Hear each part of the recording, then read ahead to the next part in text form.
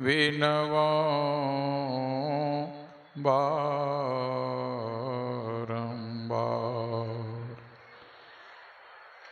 जोरदार शब्दों में बोलें, श्री सद्गुरु महाराज की जय। पूज्यपाद महर्षि शाही स्वामी जी महाराज की, पूज्यपाद स्वामी धीरेन्द्र जी महाराज की जय। निज निवास में विराजमान प्रधान आचार्य श्री के चरणों में बारंबार नमन। मंचासीन वंदनीय अर्चनीय पूजनीय महात्मागण, उपस्थित सत्संग प्रेमी महानुभाव, माता एवं बहनों, इस कार्यक्रम को इस जगह हम लोग 3 दिनों से देख रहे हैं, आनंद ले रहे हैं।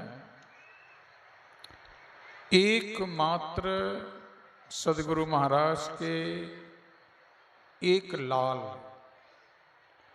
इस लाल को इस धरती ने जन्म दिया, वो हुए पूज्यपाद स्वामी धीरेन्द्र ब्रह्मचारी जी महाराज। उन्हीं की तपस्या का फल है, उन्हीं की गुरु भक्ति का फल है जो इस कार्यक्रम को देख रहे हैं। और इस कार्यक्रम में हम आप सभी शामिल हुए हैं, उन्हीं की तपस्या का फल है। पूज्यपाद स्वामी धीरेन्द्र जी महाराज बराकर में लगभग 50 वर्षों तक आए। स्वयं हमारे आदरणीय अध्यक्ष महोदय श्री प्रमोद कुमार भालोटिया जी के पिताजी, सतलोकवासी श्री हनुमान बाबू उस समय रहते थे और वहां आते थे। सत्संग के इतने प्रेमी थे, यहां हम लोग आए हैं। सुनिए, मैं संस्मरण सुना रहा हूं, मैं अपने साथ जो बीता हूं वो सुना रहा हूं। जब से मैं बराकर किया, जब से मैं कुप्पा घाट में रहना शुरू किया, तब से मैं उनको जानता हूं। 1988 ईस्वी से स्वामी धीरेन्द्र जी महाराज सत्संग ध्यान में जरा सा भी आलस्य नहीं करते थे। इतना सत्संग ध्यान, कहीं किसी के भी घर में जाते थे, कुछ न कुछ सत्संग सुना देते थे, नहीं कुछ तो संतवाणी ही सुना देते थे। और कहते थे, रे परेशानंद, अरे दिन में नहीं कुछ मिले तो 4 बार 5 बार स्तुतियों प्रार्थना कर लो। स्तुति प्रार्थना भी करोगे तो कम से कम गुरु महाराज के साथ मन लगा हुआ रहेगा, जुड़ा हुआ रहेगा। आज तो थोड़ा मन में लगता है, कितने तो स्तुति विनती भी करना नहीं चाहते हैं। स्तुति विनती करेगा अमुक आदमी करेगा, हम बाद में सत्संग में आएंगे। लेकिन बाबा धीरेन्द्र जी महाराज शुरू से बैठते थे सत्संग में और बार बार कहते थे, इनका एक शब्द था, क्या? सावधान, ईश्वर सब देख रहा है। यह उनका शब्द था। क्या था? सावधान, ईश्वर सब देख रहा है। और साधना में उनकी पहुंच कितनी थी कह नहीं सकता हूं। वे स्वयं कहते थे, आप लोग जानते होंगे कि स्कूली शिक्षा उनकी बहुत कम थी, बहुत कम। लेकिन एक बार मैं कलकत्ता से आ रहा था बराकर कार से, जब गुरु महाराज का प्रवचन बोलना शुरू किए, जो पुस्तकों में छपी हुई है, तो एकदम पंक्तिबद्ध होकर के एक एक पंक्ति करके बोलना शुरू किए और 1.25 घंटा तक बोलते रह गए पंक्तिबद्ध। मैंने कहा, बाबा ये क्या कर दी? कहा, हम कुछ नहीं जानते, गुरु महाराज कैसे बोलवा दी। 1.25 घंटा तक लाइन बाय लाइन बोलते रह गए। कहां से उनके अंदर में उतनी विद्या आई? ये गुरु भक्ति इसी कहते हैं। गुरु भक्ति का पाठ जो सुने, मैं प्रत्यक्ष बता रहा हूं, गुरु भक्ति इसी कहते हैं। एक बार बेंगलोर में श्री श्री रविशंकर जी के संस्था का सिल्वर जुबली हो रहा था, 25वां वर्ष मनाया जा रहा था। बहुत सारे लोग वहां गए थे, मुझे भी बाबा बोले चलो साथ में। स्वामी ज्ञानानंद जी महाराज नाथनगर वाले भी गए थे साथ में। अब वहां कम से कम 200 देश के भक्त लोग वहां पधारे थे और इंग्लिश में लोगों से बात करते थे। मैं कहता हूं बाबा हम बीए तक पढ़े लिखे ग्रेजुएशन किए हुए हैं, इंग्लिश बोल नहीं पाते हैं, आप एकदम धारा प्रवाह बोल लेते हैं। क्या ये सब गुरु महाराज की कृपा है? मैं भी नहीं जानता हूं कि मैं क्या बोलता हूं।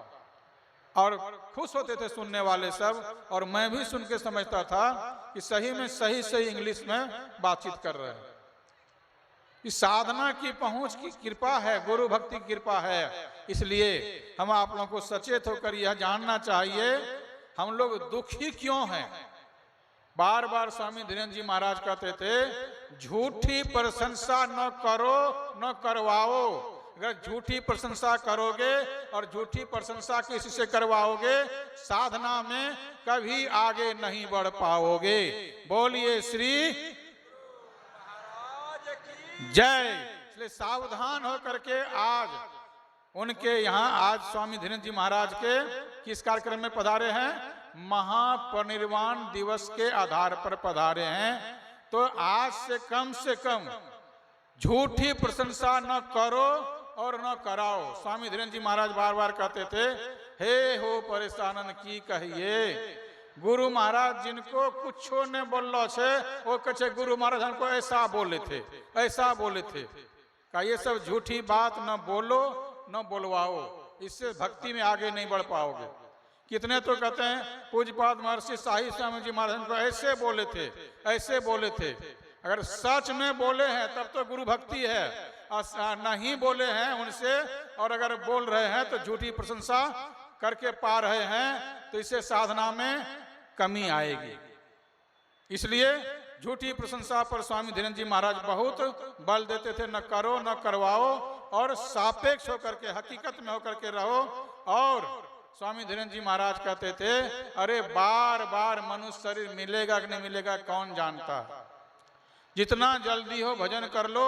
मैंने देखा बराकर आश्रम में जब आराम करते थे तो 12-1 बजते और बैठ जाते थे ध्यान करने। पत्थर की मूर्ति की तरह बैठते थे, हिलते डोलते नहीं थे। और 4 बजे उठ करके आंगन में इधर थोड़ा कहते थे रे परेशानंद पानी रखा था रे। हाँ बाबा देर से तुरंत पानी पीते थे, घूमते थे और फिर स्नान करके फिर ध्यान करने बैठते थे। उनके शरीर में आलस नहीं था। उनके कार्यक्रम में हम लोग पधारे हैं। हम लोग भी आज दिन से साधना करने में आलस न करें, तभी पहुंचना सार्थक होगा इस कार्यक्रम में। और स्वामी धीरेन्द्र जी महाराज बार बार कहते थे अरे खूब बढ़िया से सत्संग ध्यान कर। सबको जहां जाते थे ये जिह्वा बार बार भगवान का नाम लेने के लिए नहीं मिलेगा, मिल गया सो मिल गया। इसलिए जितना जल्दी हो भजन ध्यान कर लो। एक बार की बात है, मैं अपनी प्रशंसा नहीं कर रहा हूं। बराकर आश्रम में सोए हुए थे, रात में सत्संग हुआ था बराकर में। तो जो मुझे कभी कभी हो जाता है कुछ सुन लेता हूं तो स्वप्न में गाने लगता हूं। तो स्वप्न में वह भजन में गा रहा था। स्वामी धीरेन्द्र जी महाराज कहते अरे परेशानंद क्या गा रहा है रे? उठो उठो उठो, मत गाओ, ध्यान करो। तो इस तरह से बड़े सजग रहते थे और कौन क्या कर रहे हैं सब देखते थे और सही रास्ता बतलाते थे। इसलिए हम आप लोगों को सचेत होकर क्या करना चाहिए? अपने को गुरु भक्ति में लगाकर रख करके जिस तरह से स्वामी धीरेन्द्र जी महाराज गुरु भक्ति में अपने को निष्काम भाव से लगाए, उसी तरह से हम आप लोग भी इस कार्यक्रम में आए हैं। अपनी गुरु भक्ति को निष्काम भाव से करके अपना जीवन का उद्धार कर लीजिए। यही आप लोगों की सेवा में। बोलिए श्री सद्गुरु महाराज की जय।